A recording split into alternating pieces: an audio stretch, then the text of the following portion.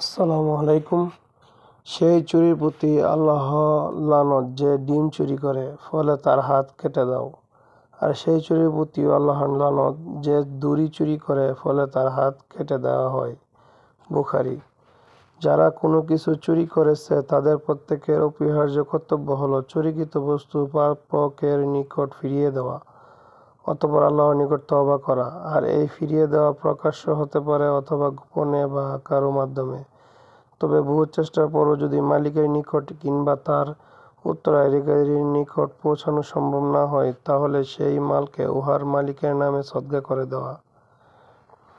ঘুষ দেওয়া ও নেওয়া। সত্যকে মিথ্যা সাব্যস্ত করার জন্য কিংবা বাতিলকে প্রতিষ্ঠিত করার জন্য কাজী অথবা মানুষের যারা বিচারক তাদেরকে ঘুষ দেওয়া বড় অপরাধ।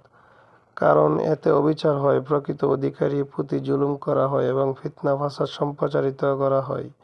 মহান আল্লাহ বলেন, তোমরা অন্যায়ভাবে একে অপরের সম্পদ ভোগ করো না এবং জনগণের সম্পদের একটি অংশ জেনে শুনে পাপ পন্থায় আত্মসাৎ করার উদ্দেশ্যে শাসন কর্তৃপক্ষের হাতে তুলে দিও।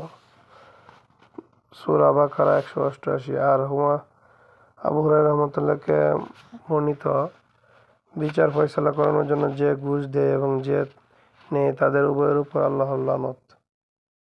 তবে যদি নিজের বৈধ অধিকার অর্জন অথবা জুলুমের প্রতিকার ঘুষ দেওয়া ব্যতীত সম্ভব না হয়, তাহলে এই ক্ষেত্রে উক্ত শাস্তির অন্তর্ভুক্ত